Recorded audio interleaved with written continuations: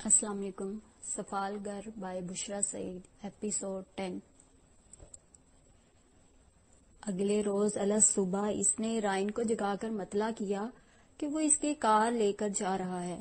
Ryan نے صاف انکار کر دیا تھا، اسے خود کہیں جانا تھا، لہٰذا اس نے احمد کو بس کے ذریعے سفر کرنے کا مشورہ دیا تھا. مجبوراً اسے البا کو ٹیلی فون کرنا پڑا. وہ اب تک سو رہی تھی، لیکن احمد کی آواز سنتے ہی حسب توقع اس پر چھائی کسل مندی دور ہو گئی تھی. کچھ دیر بعد وہ تیار ہو کر اپارٹمنٹ کے دروازے پر آ موجود ہوئی اور آتے ہوئے اس کے لیے بیکن اور سنگترے کے رس کا ناشتہ بھی لیتی آئی تھی. یہ پہلا موقع تھا کہ وہ رائن کی موجودگی میں آئی تھی. اس سے قبل رائن نے اس کا ذکر سنا تھا مگر ملاقات نہ ہو پائی تھی. میں بیکن نہیں کھاتا، احمد نے اجلت میں سنگترے کا رس پیتے ہوئے البا کو بتایا تھا. مگر کیوں؟ یہ بہت خستہ بنے ہوئے ہیں. یہ پورک بیلی سے بنتے ہیں اور میں مسلم ہوں، میرے لیے پورک ممنوع ہے. مجھے معاف کر دینا، مجھے معلوم نہیں تھا. رائن نے مداخلت کی. تمہیں افسوس کرنے کی ضرورت نہیں، انہیں میں کھا لیتا ہوں. مجھے کسی قسم کے گوشت کی ممانعت نہیں ہے. ویسے میں نے تمہیں پہلے کہیں دیکھا ہے، مجھے تمہاری صورت بالکل بھی انجان نہیں لگ رہی. مجھے یقین ہے میں تم سے پہلے کبھی نہیں ملی، البا نے قطعیت سے کہا تھا. میری یادداشت تو بہت شاندار ہے، مجھے کبھی بھی دھوکہ نہیں دیتی. جانے کیوں مجھے یاد نہیں آ رہا کہ میں تمہیں کہاں دیکھ چکا ہوں. اس نے روئے سخن احمد کی جانب موڑا. تمہاری دوست کی شکل مجھے مانوس لگ رہی ہے، یقین کرو یہ میرا وہم نہیں ہے. احمد کو اس کی بات سننے کی فرصت ہوتی تو بھی وہ دھیان نہ دیتا. ان لمحات میں تو یوں بھی اس کے اعصاب پر اپنا کردار اور آنے والا منگل چھایا ہوا تھا. وہ انسنی کرتے ہوئے البا کے ہمراہ باہر نکل آیا تھا. مطلوبہ پا کے سامنے پہنچ کر احمد نے اپنی ٹی شرٹ اور جینز کے اوپر کمونو پہنا اور رنگین چپوں والا مکھوٹا چہرے پر لگا لیا. راستے میں وہ البا کو وہاں آنے کا مقصد مختصراً بتا چکا تھا، اس لیے اس نے کوئی سوال نہ کیا تھا. مجھے 12 بجے لینے کے لیے آ جانا، پھر ہم اکٹھے ہی دوپہر کا کھانا کھائیں گے. لیکن اس وقت سے پہلے تم پارک میں نہیں گھسو گی کیونکہ تمہاری موجودگی سے میری توجہ بٹی رہے گی. مجھے مکمل یکسوئی چاہیے. پارک کے داخلی راستے کی طرف قدم بڑھاتے ہوئے اس نے ہدایت کی تھی. اندر آتے ہی اسے اپنی غلطی کا احساس ہوا. وہ بہت جلدی آ گیا تھا. پارک تقریباً ویران پڑا ہوا تھا. وہ روشوں پر بے مقصد ٹہلنے لگا. ہفتہ واری تعطیل اور خوشگوار موسم کی وجہ سے امید تھی کہ جلد ہی لوگوں کی آمد شروع ہو جائے گی. اسے زیادہ دیر انتظار نہیں کرنا پڑا تھا. سب سے پہلے 2 بوڑھی عورتوں اور 4 نوعمر لڑکوں کی آمد ہوئی جو شکل و شباہت سے ایک ہی خاندان کے افراد لگتے تھے. اس کے بعد درمیانی عمر کے 2 مرد اور پھر ایک یورپی بوڑھا جو پرام دھکیلتا ہوا سبک قدموں سے چل رہا تھا. جس کی بھی اس پر نظر پڑی وہ ایک لمحے کو ضرور ٹھٹکا. اس کا حلیہ یقیناً چونکا دینے والا اور بلا شبہ مضحکہ خیز تھا، لیکن احمد کو اس بات کی پرواہ ہی کب تھی. اسے کسی نوجوان دوشیزہ کے پارک میں آنے کا انتظار تھا تاکہ وہ ریہرسل کا آغاز کر سکے. 11 بجے تک بھی کوئی جوان لڑکی اسے نہیں مل سکی. 11:40 پر 4 خواتین کا گروہ اس کے پاس سے گزرا.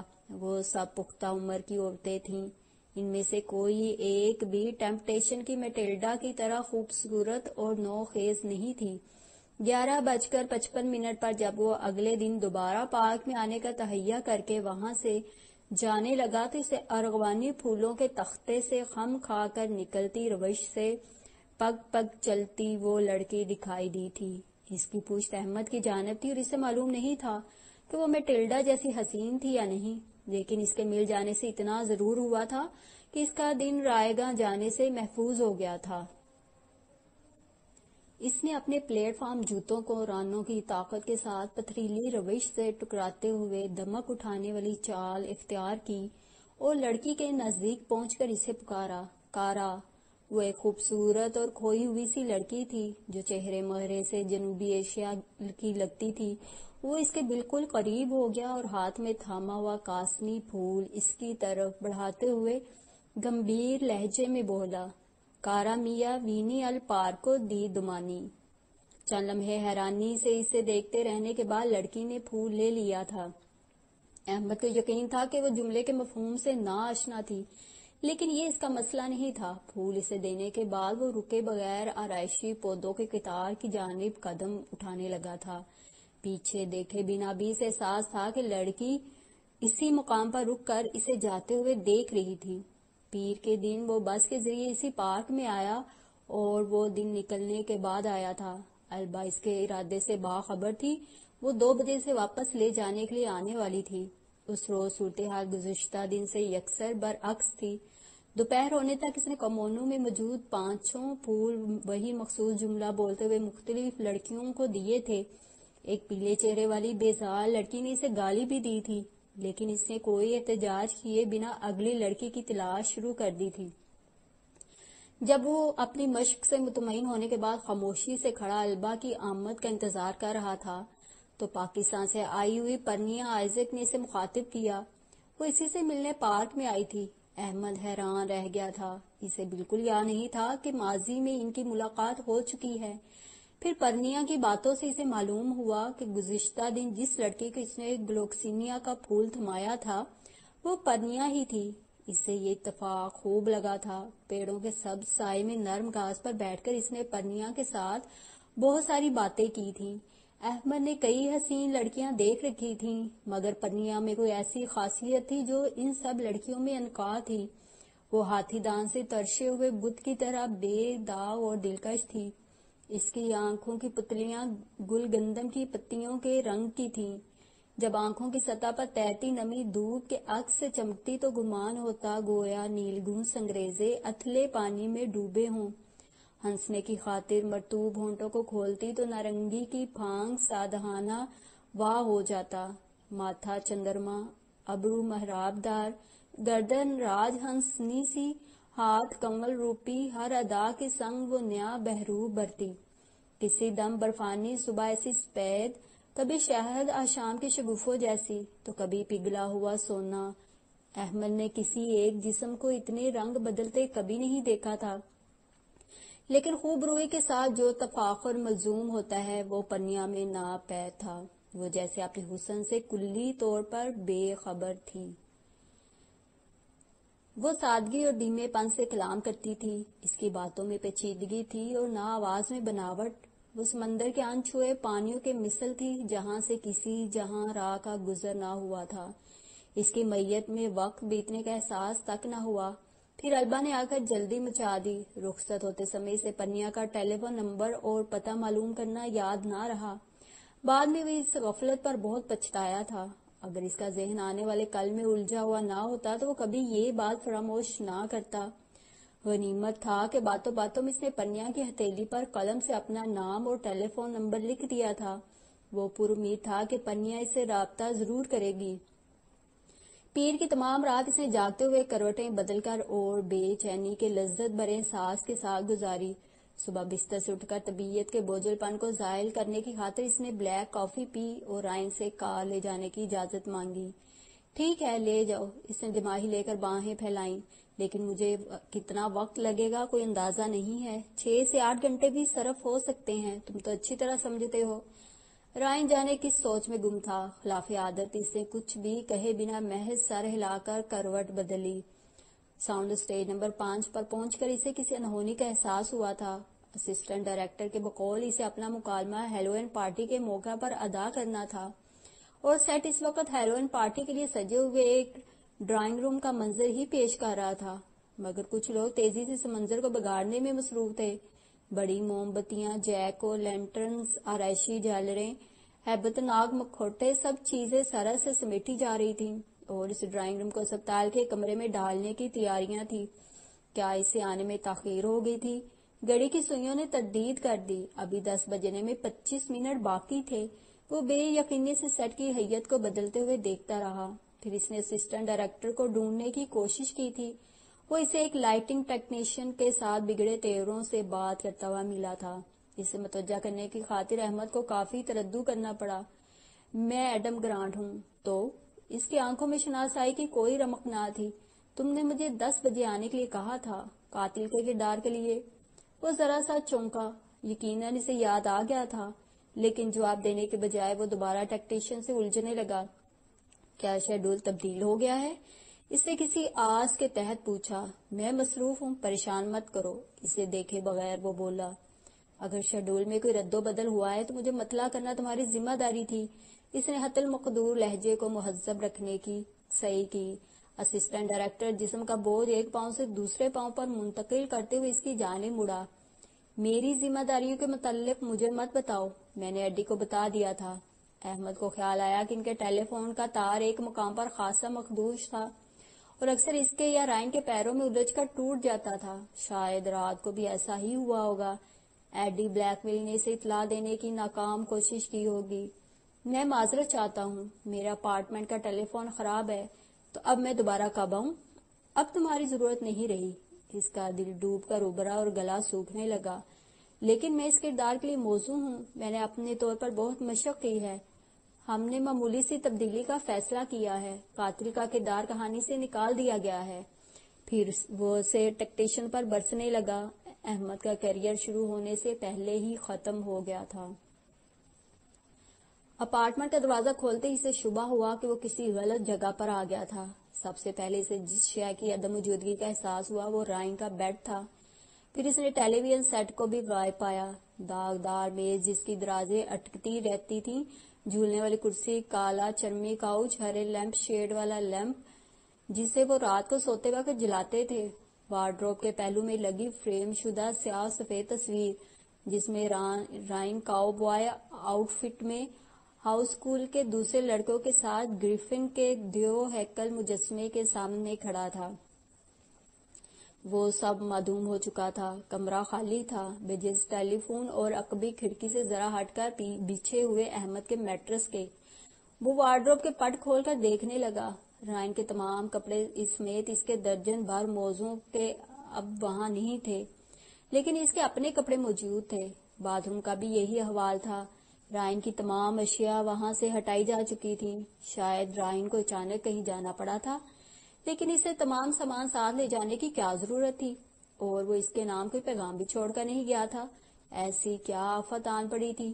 اس کے اسٹوڈیوز جانے اور وہاں سے واپس آنے میں زیادہ سے زیادہ 2 گھنٹے ہی تو لگے تھے۔ وہ خود سے الجھتا ہوا زیریں منزل پر آیا اور لینڈ لیڈی اوما کے اپارٹمنٹ کے دروازے پر دستک دی۔ اندر آنے کی دعوت پر اس نے اوما سے معذرت کی اور اپنا مدعا بیان کیا۔ رائن نے کہا تھا کہ وہ سیٹل جا رہا ہے، تم سے ناراض ہے، اس لیے تمہیں بتا کر نہیں جا رہا۔ اور کچھ؟ اس نے طویل سانس بھرتے ہوئے کہا۔ رائن سدرلینڈ جیسے شخص کی طرف سے یہ عمل کچھ ایسا انوکھا نہ تھا۔ اس کے ساتھ ایک 12-13 سال کی بچی بھی تھی۔ کہتا تھا اس کی بھتیجی ہے اور ہائی اسکول میں پڑھتی ہے۔ وہ پہلے کبھی نظر نہیں آئی۔ اس نے بڑی عمر کی عورتوں کی طرح پکا میک اپ کر رکھا تھا، تم جانتے ہو اسے رائن کی شناسہ سب سے کم عمر ہو کر جوڈی کا خیال آیا، لیکن اس نے اوما کو بتانا ضروری نہیں سمجھا۔ مجھے بھی رائن نے کبھی نہیں ملوایا تھا۔ ٹھیک ہے، تم آرام کرو۔ وہ اکتائے ہوئے انداز میں مڑنے لگا تو اوما نے روک دیا۔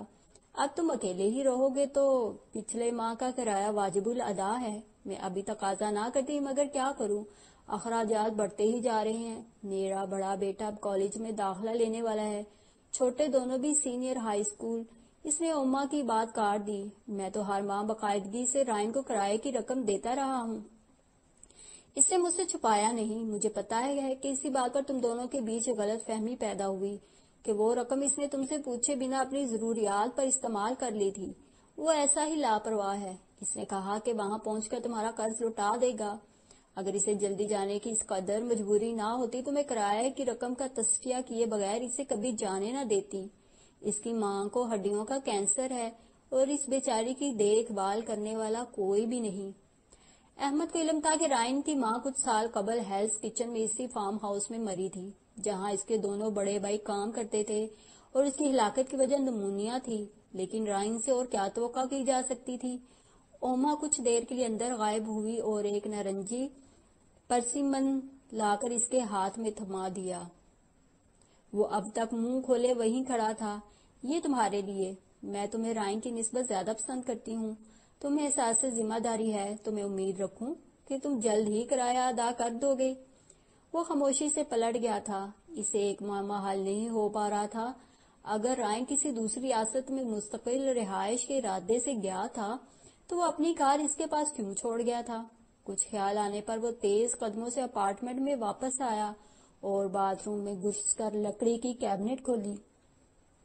کیبنٹ کے پتلے چوبی تختے میں دیمک لگنے سے ایک دراڑ پڑ گئی تھی، جس کے راستے کیبنٹ کے تختے اور دیوار کے درمیانی خلا میں بآسانی 2 انگلیاں داخل کی جا سکتی تھیں۔ اس شگاف میں انگلیاں ڈال کر اندر رکھی ہوئی پولی تھین کی تھیلی باہر کھینچنے سے پہلے ہی احمد کو معلوم ہو گیا تھا کہ اسے کیا پیش آنے والا تھا۔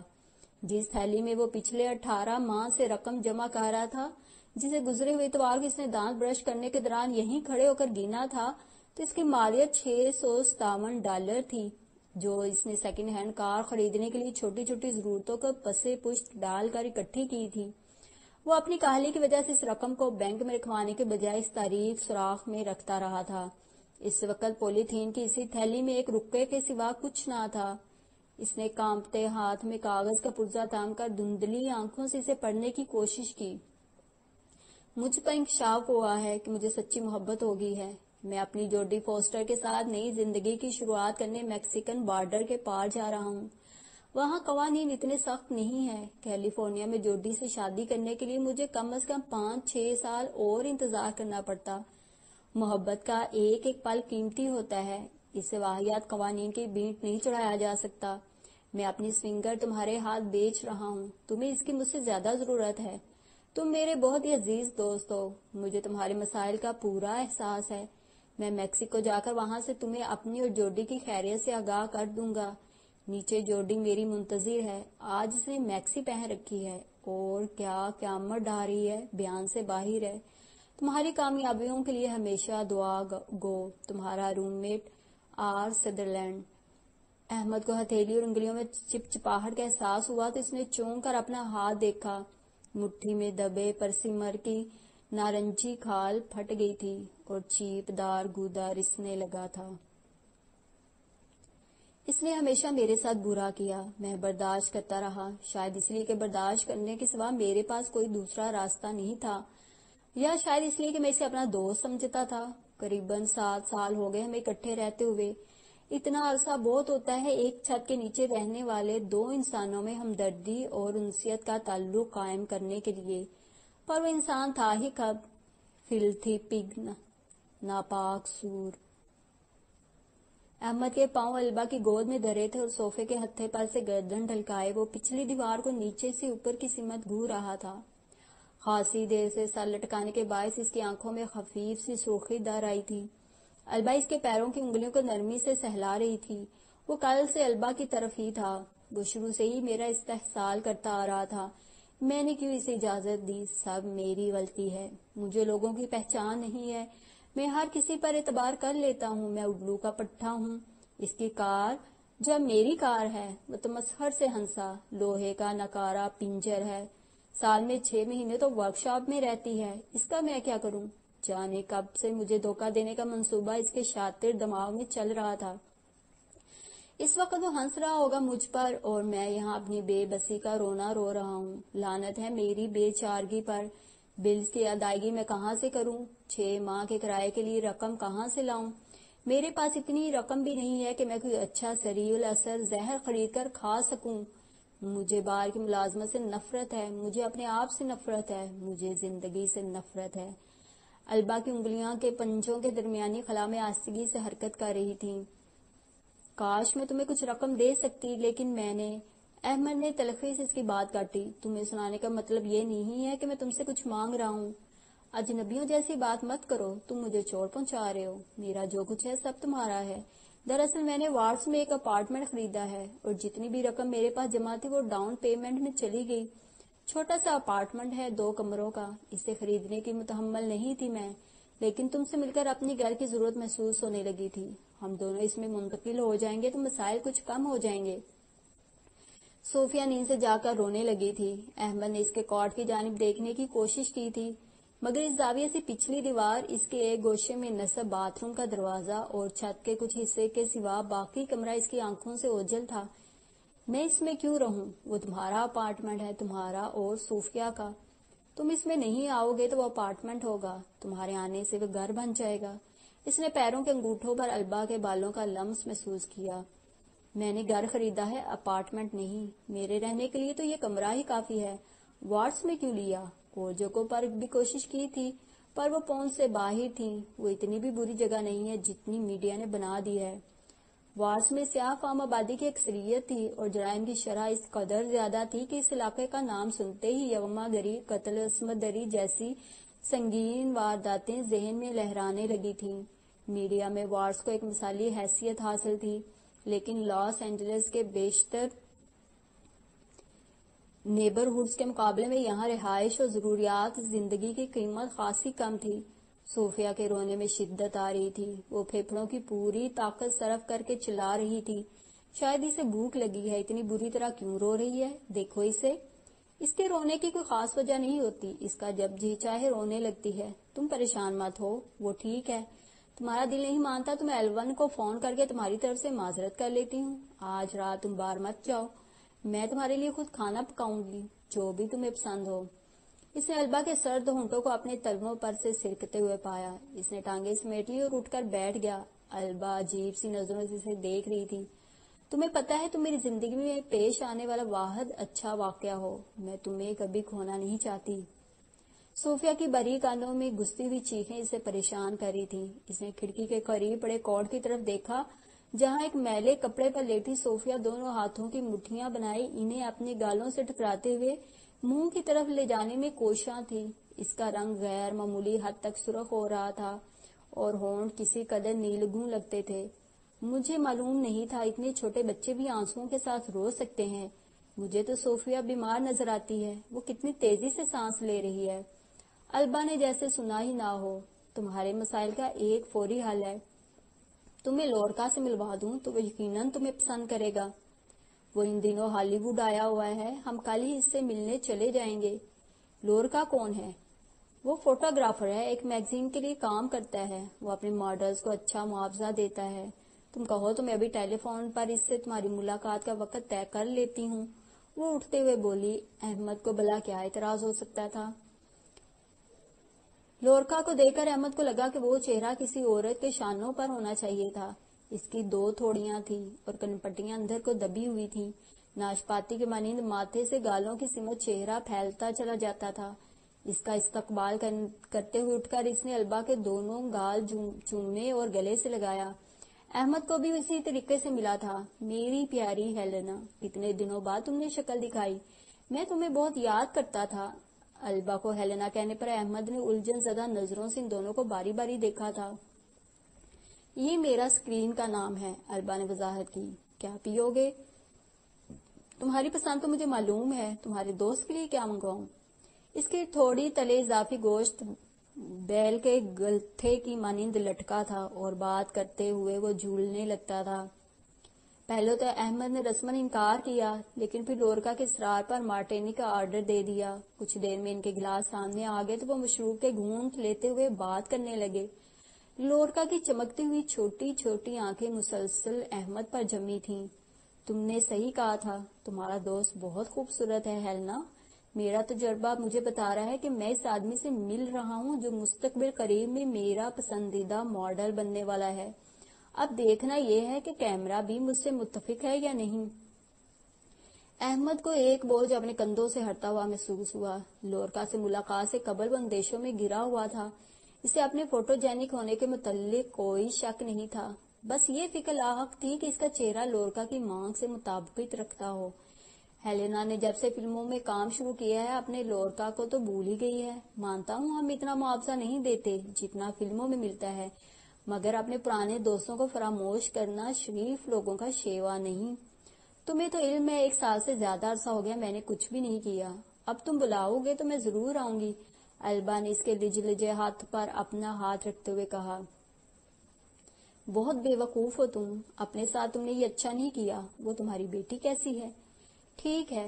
احمد مارٹینی کا آخری گھونٹ پی کر بولا. تمہارے میگزین کا نام کیا ہے؟ اب تک مجھے پوچھنے کا خیال ہی نہیں آیا. خالی گلاس اس کے سامنے سے ہٹاتے ہوئے لورکا نے اسے میگزین کا نام بتایا تھا. اسے وہ نام نامانوس اور ایک فیشن میگزین کے لیے ناموزوں لگا تھا. لاس اینجلس سے شائع ہونے والے سبھی چھوٹے بڑے فیشن میگزین میں نے دیکھ رکھے ہیں. تمہارا میگزین کبھی نظر سے نہیں گزرا اور معذرت کے ساتھ یہ نام کچھ عجیب نوعیت کا نہیں ہے. وہ اپنی رائے کا اظہار کیے بنا نہ رہ سکا. Fashion magazine? لورکا ہنسا اور بیل کا گلتھا پوری شدت سے ہلنے لگا. ہاں، یہ بھی فیشن کی ایک قسم ہے. پورنو میگزین کا نام ووگ، وینٹی فیئر وغیرہ ہونے سے تو رہا. احمد کو آنتوں میں گرہیں بنتی ہوئی محسوس ہوئی. پورنو میگزین؟ اس نے بے یقینی سے دہرایا. میری کوئین آف پورن ہیلنا نے تمہیں بتایا نہیں؟ احمد نے البا کی سمت حیرت بھری نگاہ اٹھائی. وہ سویزل اسٹک کا سرا دانتوں سے چباتے ہوئے لا تعلق سی بیٹھی تھی. حیرانی کی جگہ قہر نے لے لی. مجھے کچھ نہیں بتایا گیا.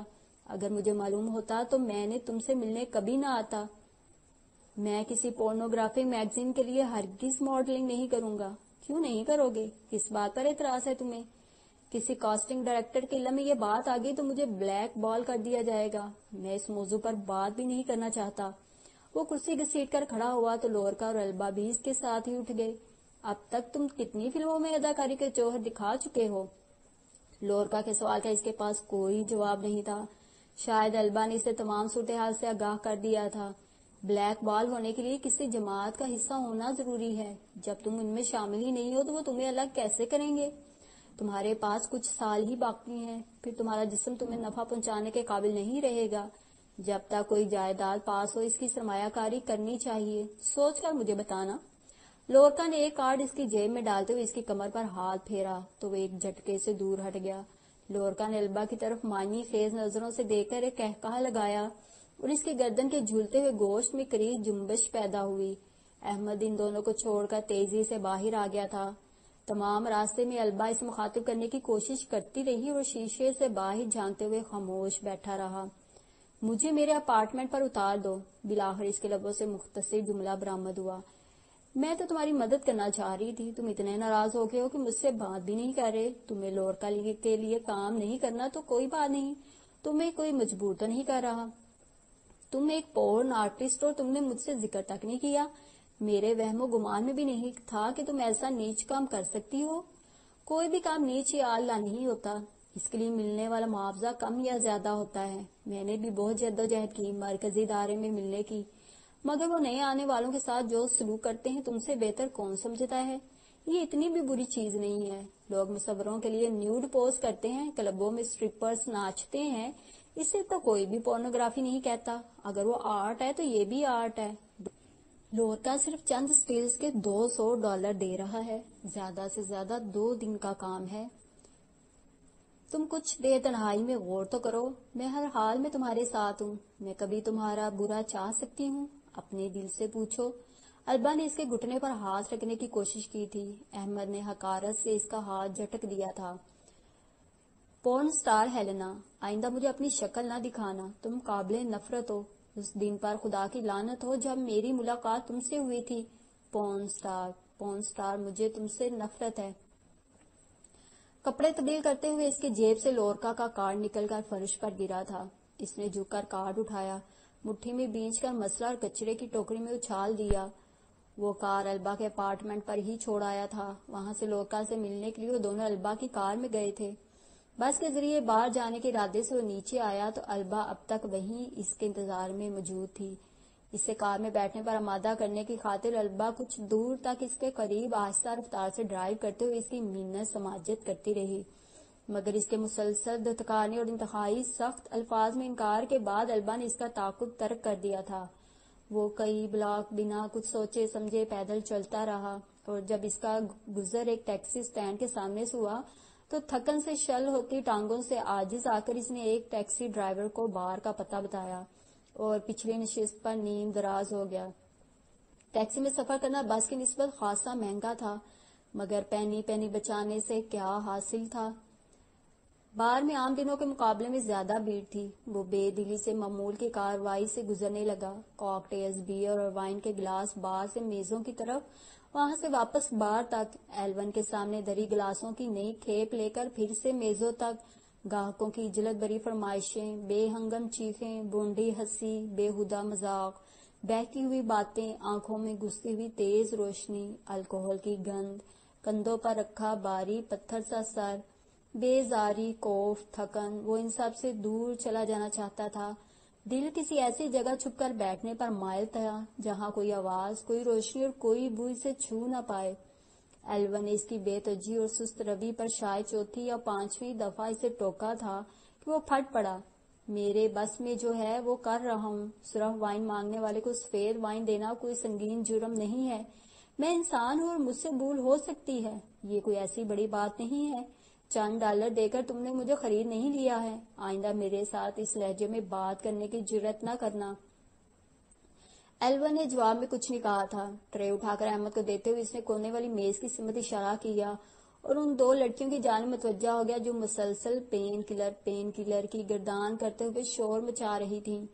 ایک ایک پل گزارنا اس کے لیے دشوار تھا۔ بے چینی بڑھتی جا رہی تھی اور گھڑی کی سوئیاں تھیں کہ ایک ہی نقطے پر جمی تھر تھرائی جاتی تھیں۔ 12 بجنے میں 15 منٹ باقی تھے کہ بار کے قریب سٹول پر بیٹھا نوجوان اپنا گلاس پھینک کر نیچے لڑک گیا اور پہلو کے بل لیٹتے ہوئے مکروہ آواز کے ساتھ کہہ کرنے لگا۔ احمد اس وقت قریب ہی موجود تھا۔ ایلون نے اسے فرش صاف کرنے کو کہا۔ اس نے سر ہلایا۔ لڑکے کے نزدیک جا کر اس ایک ہاتھ سے اس کا بازو تھاما، وہ زمین پر ہتھیلیاں جما کر اٹھنے کی کوشش کر رہا تھا۔ دوسرے ہاتھ سے اس کا سر پکڑ کے احمد نے ایک جھٹکے سے نیچے جھکایا اور اس کا چہرہ فرش پر رگڑ ڈالا۔ نہ جانے کس ذہنی رو میں اس سے یہ عمل سرزد ہوا تھا۔ اس کے بعد ایلون کو اس کی نوکری کے خاتمے کا اعلان زبان سے کرنے کی ضرورت نہ تھی۔ وہ چپ چاپ وہاں سے نکل آیا تھا۔ اپارٹمنٹ میں واپس پہنچ کر اس نے کوئی بھی دوسرا کام کرنے سے قبل ڈسٹ بن کو فرش پر الٹایا، کچرے میں سے وہ مڑا توڑا کارڈ تلاش کیا، انگلیوں سے دبا کر اس کی شکنیں نکالتے ہوئے ٹیلی فون سیٹ قریب کھسکایا اور نمبر ملانے لگا۔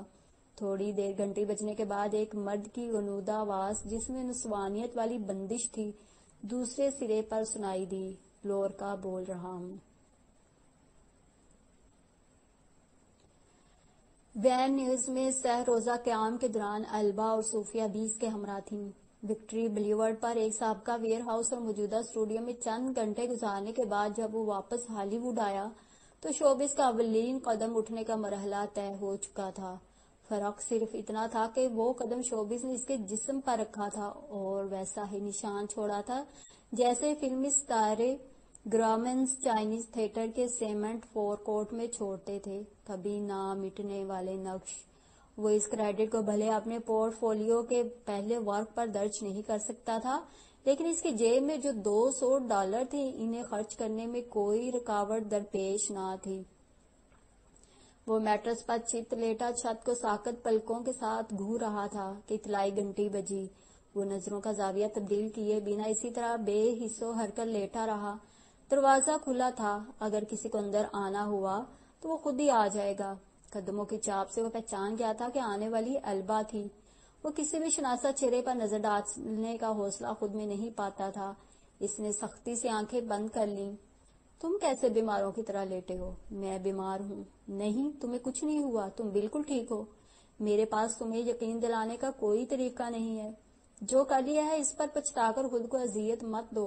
اگر تمہیں یہ پریشانی ہے کہ مین سٹریم سینما سے متعلق کوئی شخص اس میگزین میں تمہیں پہچان لے گا تو یہ فکر بے بنیاد ہے۔ اس میگزین کی اشاعت بہت ہی محدود ہے۔ ہو سکتا ہے وین نیوز سے باہر اس کا ایک بھی ایشو فروخت۔ مجھے اس بات میں کوئی شک نہیں کہ مجھے کبھی کوئی نہیں پہچانے گا۔ تم مجھے تنہا چھوڑ دو۔ میں نے بگزی میلن کے 2 ٹکٹ خریدے ہیں۔ بہت عرصہ ہو گیا ہم اکٹھے پکچر دیکھے ہوئے۔ بہت اچھی کاسٹ ہے۔ تم اٹھ جاؤ بستر سے۔ میں نے کہا نا مجھے اکیلا چھوڑ دو۔ کیا یہ اتنی مشکل خواہش ہے جو تم پوری نہیں کر سکتی؟ میں کل تمہیں ملنے آؤں گا، لیکن اس وقت تم چلی جاؤ۔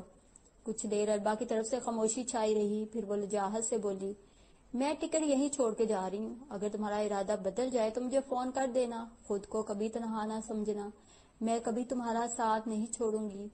اس کے لوٹتے قدموں کی آہٹ پا کر احمد نے پلکوں میں ذرا سی جھری پیدا کی اور اسے پکارا، تمہارے پاس ماری جوانا ہوگا؟ مجھے بس ایک جوائنٹ چاہیے۔ بار بار استعمال سے اس کی عادت تو نہیں پڑتی۔ البا نے رک کر نفی میں سر ہلایا اور شولڈر بیگ میں ہاتھ ڈال کر ٹٹولنے لگی۔ باتھ روم میں آئینے کے سامنے کھڑے ہو کر اس نے ایک گہرا کش لیا اور کڑوے دھوئیں کو چند سیکنڈ سینے میں روک کر رکھا۔ اس کے گلے اور پھیپھڑوں میں کار دار جلن پیدا ہوئی۔ اسے لگا کہ ٹیلی فون کی گھنٹی بج رہی ہے۔ ایک اور کش کھینچ کر اس نے دھواں نتنوں سے خارج کیا اور ٹیلی فون کے خاموش ہو جانے پر اطمینان محسوس کیا۔ یہ سکوت وقتی ثابت ہوا۔ کچھ وقفے سے گھنٹی کی آواز پھر سے خاموشی کو تاراج کرنے لگی تھی۔ اس نے خود پر جبر کرتے ہوئے جوائنٹ کو بجھا کر آئینے تلے پھیلے ہوئے چھجے پر رکھا اور باہر آ کر ریسیور اٹھا لیا۔ ایک لمحہ لگا تھا دوسری طرف سے آتی آواز کو شناخت کرنے میں۔ اسے بالکل خبر نہ تھی کسی کی آواز اسے اتنی خوشی پہنچانے کی صلاحیت رکھتی تھی۔ اس پر چھائی مایوسی ایسے اڑ گئی جیسے ہوا کی مدھم ٹھوکر سے زرگل بکھر جاتا ہے۔ مجھے پہچانا؟ تم اور میں پارک میں ملے تھے۔ وہ پرنیا آئزک تھی۔ احمد کا دل ایسے ڈھپ سے کبھی نہیں دھڑکا تھا۔ مجھے سوچنے دو، آواز سے تو تم جوان اور خوبصورت لگتی ہو۔ تم نے میری ہتھیلی پر اپنا نام اور ٹیلی فون نمبر لکھ دیا تھا۔ تمہاری دوست بھی وہیں تھی، وہ سرخ بالوں والی ہسپانوی لڑکی۔ یہ کب کی بات ہے؟ مجھے یاد نہیں آ رہا۔ اس نے مسکراتے ہوئے ماؤتھ پیس میں کہا۔ بات کرتے ہوئے اس کا پیر تار کے گچھے میں اٹکا اور ٹیلی فون مردہ ہو گیا۔ اسے دھچکا لگا تھا۔ وہ فرش پر بیٹھ کر سرس سے تار کی مرمت کرنے لگا۔ اب اسے اپنے طرز کلام پر تشویش ہو رہی تھی۔ پرنیا نے اس کے رویے کو اجتناب پر محمول کرتے ہوئے دوبارہ رابطہ نہ کیا تو یہ سوچ اس کے اندر کڑواہٹ کیوں گول رہی تھی۔ پھر اس کے دماغ میں جماکا سا ہوا۔ وہ ٹیلی فون سے منسلک آنسرنگ مشین پر پیغامات چیک کرنے لگا اور وہ سب پرنیا آئزک کی جانب سے موصول ہوئے تھے۔ ڈائل گھماتے ہوئے اس نے میٹرس کے آخری سرے پر پڑے ہوئے ٹکٹوں کو دیکھا تھا۔ وہ بگزی میلون کو دیکھنے کا فیصلہ کر چکا تھا۔ رائن جس خاموشی سے گیا تھا اسی طرح ایک روز لوٹ کر آ گیا۔ احمد کھلے ہوئے دروازے سے یہ سوچ کر اندر آیا تھا کہ شاید البا آئی ہوئی تھی۔ اس نے رائن کو کاؤ بوائے آؤٹ فٹ والی بلیک اینڈ وائٹ تصویر وارڈروب کے ساتھ دیوار پر سابقہ جگہ ٹانگتے ہوئے دیکھا۔ اپنا تمام سامان وہ پہلے والی ترتیب میں رکھ چکا تھا۔ آہٹ سن کر اس نے گردن گھماتے ہوئے پیچھے دیکھا اور سٹول سے نیچے اتر آیا۔ تمہاری نئی زندگی کی شروعات میں یہ بسیدہ اپارٹمنٹ کہاں سے آ گیا؟ ابھی تو وہ شروعات بھی شروع ہی ہوئی ہیں۔ اپنی محبت کے قیمتی پل تم یہاں کیوں ضائع کر رہے ہو؟ احمد نے زہر خند لہجے میں کہا۔ رائے نے بموں پر گرے ہوئے مکئی کے بھٹے والے ملائم ریشوں کو سر کی جنبش سے ذرا سا ہٹایا اور آگے بڑھ کر اس کے گلے لگ گیا۔ اس نے مجھے دھوکہ دیا، جان بوجھ کر اس نے مجھے میکسیکو جانے پر اکسایا۔ وہاں سوڈر جوریز میں اس کا لیٹینو بوائے فرینڈ اس کا انتظار کر رہا تھا۔ وہ میری ساری رقم لے کر اس کے ساتھ بھاگ گئی۔ اس لڑکے کو غیر قانونی امیگرانٹ ہونے کی وجہ سے کچھ عرصہ پہلے یہاں سے ڈیپورٹ کر دیا گیا تھا۔ جوڈی نے اسی کے مشورے پر مجھے بے وقوف بنانے کا منصوبہ بنایا، ورنہ وہ خود تو ایسی شاطر نہ تھی۔ 13 سال کی عمر ہی کیا ہوتی ہے؟ ایسی چالاکیاں اسے وہ جرائم پیشہ اجڑ میکسیکن سکھاتا تھا۔ وہ اس کے ساتھ کبھی خوش نہیں رہے گی۔ اس کا سچا پیار میں ہوں اور یہ اس کا دل اسے بتائے گا۔ وہ مجھے کبھی بھول نہیں پائے گی۔ اس کے ٹوکرے پر بھی رائے نے اپنی کہانی جاری رکھی تھی۔ اب میں تمہارے لیے کیا کر سکتا ہوں؟ تم میرے لیے کچھ نہیں کرو گے۔ اب میری باری ہے تمہارے واسطے کچھ کرنے کی۔ تم نے سالومن موریل کا نام سنا ہے؟ یہ سوال بے معنی تھا۔ امریکن فلم انڈسٹری سے ذرا بھی واقفیت رکھنے والا کوئی بھی شخص سالومن موریل کے نام سے انجان نہیں تھا۔ تم کیوں پوچھ رہے ہو؟ وہ بڑا آدمی ہے، بس یوں سمجھو کہ وہ ہالی ووڈ کا شہنشاہ ہے۔ اس کی کسی فلم میں کام کرنے کے بارے میں کیا خیال ہے؟ کیا مطلب؟ احمد نے تعجب سے پوچھا۔ اسسٹنٹ کاسٹنگ ڈائریکٹر میرا دوست ہے۔ مجھے اس نے ایکسٹرا کے طور پر رکھنے کا وعدہ کیا ہے اور میں نے اسے راضی کر لیا ہے کہ میرے کچھ دوستوں کو بھی کام دے۔ اسے بہت سارے بیک گراؤنڈ پرفارمرز درکار ہیں۔ تم اپنے آپ کو سالومن کی فلم کا حصہ سمجھو۔ اور وہ تمہاری دوست پمپلونا کی البا، وہ بھی کام کی تلاش میں تھی۔ وہ ابھی فارغ ہے تو اسے بھی بلا لو۔ میں کل تم دونوں کو لے جاؤں گا، یونیورسل میں شوٹنگ ہوگی۔ احمد نے اسے فوراً اپارٹمنٹ سے نکالنے کا فیصلہ کچھ وقت کے لیے ملتوی کر دیا تھا۔ سالومن موریل کا خاندان 20 کی دہائی میں پولینڈ سے لاس اینجلس منتقل ہوا تھا۔ وہ نسلاً یہودی تھا اور اس کا شمار ہالی ووڈ کے بانیوں میں ہوتا تھا۔ لکھاری، ہدایت کار، پیشکار، ان سبھی حیثیتوں میں وہ خود کو منوا چکا تھا۔ وہ اپنے اندر ایک اکا آدمی کا درجہ رکھتا تھا۔ اس کی کئی فلمیں کلاسیکی شاہکاروں میں گنی جاتی تھیں۔ جب ادارے کے نصاب میں فلم کا مضمون شامل تھا، وہاں سالومن کی فلمیں ضرور دکھائی جاتی تھیں۔ ظاہری شخصیت کے حوالے سے وہ بالکل بے ضرر اور غیر اہم نظر آنے والا آدمی تھا۔ اس کا قد بمشکل 5 فٹ تھا۔ بال سفید موم جیسے، بجھے ہوئے نیلے رنگ کی آنکھیں، کنپٹیوں کے قریب نیلگوں رگوں کا جال اور ڈھلکے ہوئے گلابی ہونٹ۔ جب پہلی بار احمد نے سالمن کو دیکھا تو اسے ایسٹر کیک پر بنا ہوا بھیڑ کا بچہ یاد آ گیا۔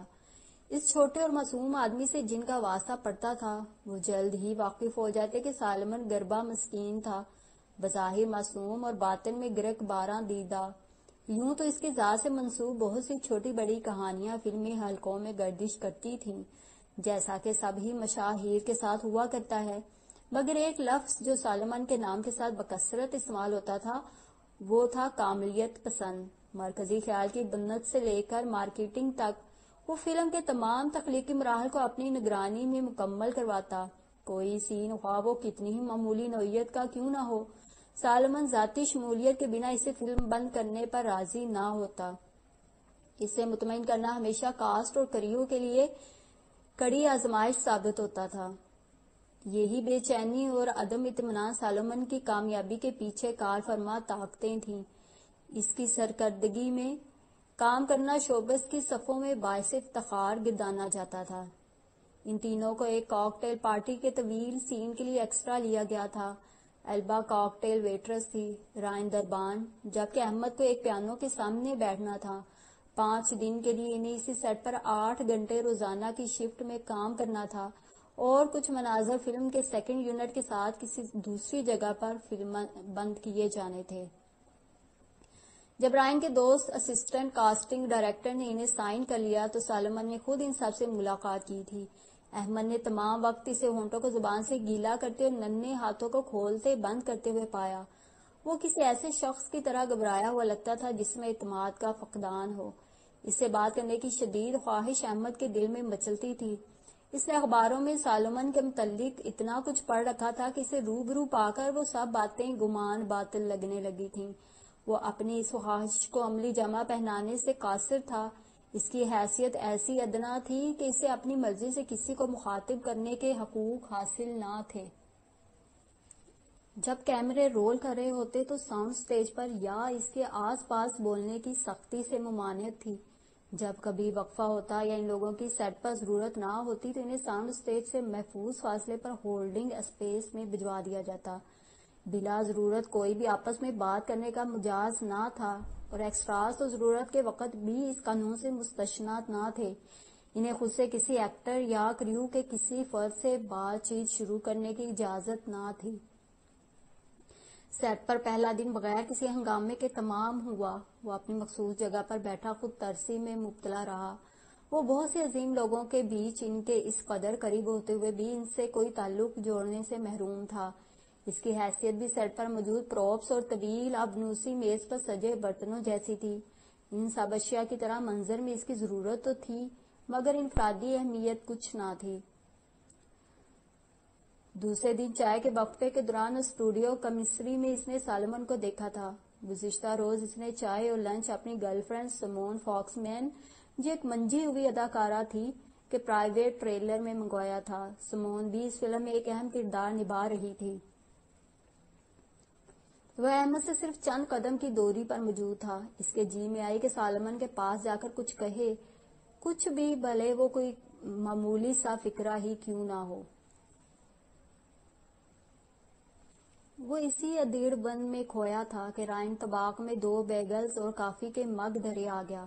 مجھے یاد آ گیا ہے۔ بیگل کو دانتوں سے کترتے ہوئے وہ حسب عادت اونچی آواز میں بولا، میں ہمیشہ کہتا ہوں میری یادداشت خوب ہے، مجھے کوئی بات بھول ہی نہیں سکتی۔ اسے کچھ بتانے کی بہت جلدی تھی۔ تمہاری البا مارسیلو کی سنو وائٹ نہیں ہے؟ مجھے یاد آ گیا ہے، میں نے اسے کہاں دیکھا تھا۔ اس کی آواز اور بھی بلند ہوگی۔ پسی کیٹ تھیٹر میں ایک پورنو فلک میں، وہ پورن آرٹسٹ ہے۔ تمہیں کوئی اندازہ ہے فلم میں اس کے بال سرخ نہیں تھے؟ یہ میں یقین سے کہہ سکتا ہوں، اسی لیے تو میں مخمصے میں پڑ گیا تھا۔ اس نے کافی کی سطح پر تیرتی کریم میں انگلی ڈبو کر اسے چوما اور فاتحانہ نظروں سے احمد کو دیکھنے لگا۔ اپنی دانست میں اس نے دھماکہ کیا تھا۔ احمد نے سختی سے ہونٹ بیچ لیے۔ اس کے لیے یہ خبر انکشاف نہ رہی تھی، لیکن رائن کے جوش و خروش نے آس پاس موجود بہت سے لوگوں کو متاثر کیا تھا اور سبھی خاموش ہو کر ان دونوں کو گھورنے لگے تھے۔ احمد نے کسی کو بھی دیکھنے سے اعتراض برتتے ہوئے بیگل اٹھایا اور اسے منہ کے پاس لایا۔ جبڑے کھولتے ہوئے اس کی نظر بلا ارادہ سالمن کی طرف اٹھی تھی۔ وہ ادھر ہی متوجہ تھا۔ اس کی پتلی سرخ زبان بے چینی سے ہونٹوں کو تر کر رہی تھی اور بجھی ہوئی راکھ سی آنکھوں میں دھواں بل کھاتا تھا۔ اس واقعے کے بعد 1 گھنٹے سے بھی کم وقت میں البا کو فارغ کر دیا گیا۔ سالمن نے سب کی موجودگی میں بو کھلائے ہوئے انداز مگر واشگاف الفاظ میں اسے نکالنے کی وجہ بیان کی تھی اور انہیں ہائر کرنے والے اسسٹنٹ کاسٹنگ ڈائریکٹر کو اس امر کے یقینی بنانے کی ہدایت کی تھی کہ آئندہ البا اس کی کسی بھی فلم میں کسی بھی حیثیت سے کام نہ کر سکے۔ پورنوگرافی اور اس سے جڑے ہوئے لوگ لائق نفرین ہیں اور وہ ہیں ٹھگنا ہدایتکار کسی موزوں لفظ کی تلاش میں اٹکا، وہ ہیں رستے ہوئے ناسور۔ کوئی گروہ انہیں کلاکار مانتا ہے تو میں ان سے متفق نہیں ہوں، میری رائے مختلف ہے۔ اس کے الفاظ زہر میں بجھی سوئیاں بن کر احمد کے وجود میں گڑ گئیں۔ اپنا چہرہ دیکھے بغیر بھی اسے احساس تھا کہ وہ بے رنگ ہو چکا تھا۔ آستین سے اس نے ماتھے پر چمکتا ہوا پسینہ پونچھا تھا۔ البا کا رد عمل بڑا سرسری تھا۔ مجھے اس بات کا دکھ ہے کہ رائن کی بے احتیاطی نے مجھے کچھ گھنٹوں کے لیے تم سے دور کر دیا ہے۔ اسے ایسا نہیں کرنا چاہیے تھا۔ اس نے سالمن کے ہاتھوں ہونے والی حد تک کا ذکر تک نہ کیا تھا۔ وہ اس سیٹ پر رائن کا بھی آخری دن تھا۔ اس رات وہ احمد کے ساتھ گاڑی میں جانے کے بجائے اکیلا ہی اسٹوڈیو سے روانہ ہوا تھا۔ پوری رات وہ اپارٹمنٹ نہیں آیا تھا۔ احمد نے خاص وجہ نہ دی۔ اس کا خیال تھا کہ رائن کسی دوست کے ساتھ تفریح کرنے کہیں گیا ہوگا۔ یوں بھی وہ احمد کو اپنی سرگرمیوں کے سلسلے میں بتانے کا پابند نہیں تھا۔ اگلے روز وہ سیٹ پر بھی نہیں آیا تو اس کی جگہ ایک اور ایکسٹرا کو بھرتی کر لیا گیا۔ تب احمد کے لیے اس کی گمشدگی سے لا تعلق رہنا مشکل ہو گیا۔ رائن جیسا حقیر آدمی اتنی بڑی پروڈکشن کے ساتھ ایسی حرکت کرنے کا سوچ بھی نہیں سکتا تھا، تو پھر وہ کہاں تھا؟ یہ عقدہ جلد ہی کھل گیا۔ شام کو اپارٹمنٹ میں واپس آنے پر مقامی اسپتال کی طرف سے ایک پیغام احمد کا منتظر تھا۔ وہ اور البا اسپتال پہنچے تو پٹیوں میں لپٹے لہو سے نچڑے چہرے والے رائن نے انہیں دیکھ کر مسکرانے کی ناکام کوشش کی۔ وہ ایک ہٹ اینڈ رن تھا۔ کوپس کہہ رہے تھے مجھے ٹکر مارنے والی گاڑی کی نمبر پلیٹ پڑھی نہیں جا سکی، یا شاید وہ نمبر پلیٹ کے بغیر تھی۔ ایک گواہ کے مطابق ڈرائیور کوئی عورت ہو سکتی ہے۔ اس گواہ کی دور کی نظر کمزور ہے۔ وہ گاڑی کا صحیح رنگ اور میک بھی نہیں بتا سکتا۔ کہتا ہے کہ کسی گہرے رنگ کی کار تھی۔ کیا تمہیں کچھ نظر نہیں آیا؟ احمد نے پوچھا تھا۔ ہیڈ لائٹس کی تیز روشنی میری آنکھوں میں پڑی، بس ایک لمحے بعد گاڑی نے مجھے اٹھا کر پھینک دیا۔ وہ عورت ہی ہوگی، البا نے کہا۔ عورتیں جلدی بدحواس ہو جاتی ہیں۔ کل مجھ سے ایک حادثہ ہوتے ہوتے رہ گیا۔ احمد بولا۔ تم کہاں جا رہے تھے؟ میں نے تم سے پوچھا بھی تھا لیکن تم جلدی میں تھے۔ میں بھی یہی سوچ سوچ کر ہلکان ہو رہا ہوں۔ اسٹوڈیوز کے گیٹ پر مجھے ایک بچے نے آ کر رکا دیا جو کسی ماغدامی لڑکی کی طرف سے تھا۔ لکھا تھا کہ وہ مجھے پیراماؤنٹ اسٹوڈیوز میں مل چکی ہے اور تب سے مجھے پسند کرتی ہے۔ اس نے جگہ اور وقت لکھ کر مجھے ملنے کے لیے بلایا تھا۔ میں نے کچھ ماہ پہلے پیراماؤنٹ میں کام کیا ہے لیکن مجھے ماغدا نامی کسی لڑکی سے ملاقات یاد نہیں ہے۔ پھر بھی تجسس کے ہاتھوں مجبور ہو کر میں چلا گیا۔ میں نے وہ رکا کوپس کے حوالے کر دیا ہے۔ حیرت ہے، یہ تو کسی سازش جیسا ہے۔ ماغدا شاید رشین نام ہے۔ ہاں، یہ ماغدا لین کا مخفف ہے، ایک عام روسی نام ہے۔ البا نے احمد کی تائید کی تھی۔ رائن کی ہنسلی ٹوٹ گئی تھی، گھٹنے اور دونوں ہاتھوں میں فریکچر تھے، ریڑھ کی ہڈی کے موہروں پر چوٹ آئی تھی۔ 3 سے 4 ماہ اسپتال میں گزارنا اس کا مقدر بن چکا تھا۔ اسپتال سے لوٹتے ہوئے وہ دونوں رائن کے بارے میں بات کر رہے تھے تو البا بولی، اس کی حالت افسوسناک ہے پر میں اسے معاف نہیں کر سکتی۔ وہ اچھا انسان نہیں ہے۔ اس نے پہلے تمہیں دھوکہ دیا اور پھر مجھے تمہاری نظر سے گرانے کی کوشش کی۔ میں نے تم سے کچھ بھی پوشیدہ نہیں رکھا۔ وہ چاہتا تھا کہ تم مجھے گٹیا جاننے لگو۔ کاش زخمی ہونے کے بجائے وہ مر گیا ہوتا۔ میرے اور تمہارے بیچ جو بھی آئے اسے تباہ ہو جانا چاہیے۔ اسے البا کی بات بڑی عجیب لگی تھی۔ جو عورت رائن سے اس درجہ خوار کھائے بیٹھی تھی، پرنیا کے لیے اس کے جذبات کیا ہوں گے یہ اندازہ کرنا بالکل آسان تھا، مگر وہ اس معاملے میں خود کو حق پر سمجھتا تھا۔ اس نے پرنیا کے بارے میں اپنے محسوسات البا سے چھپائے نہیں تھے۔ سب کچھ اس کی آنکھوں کے سامنے ہو رہا تھا اور وہ اندھی نہیں تھی۔ البتہ اس کی آنکھوں پر پٹی تھی جسے باندھنے والا خود البا کے سوا کوئی اور نہیں تھا۔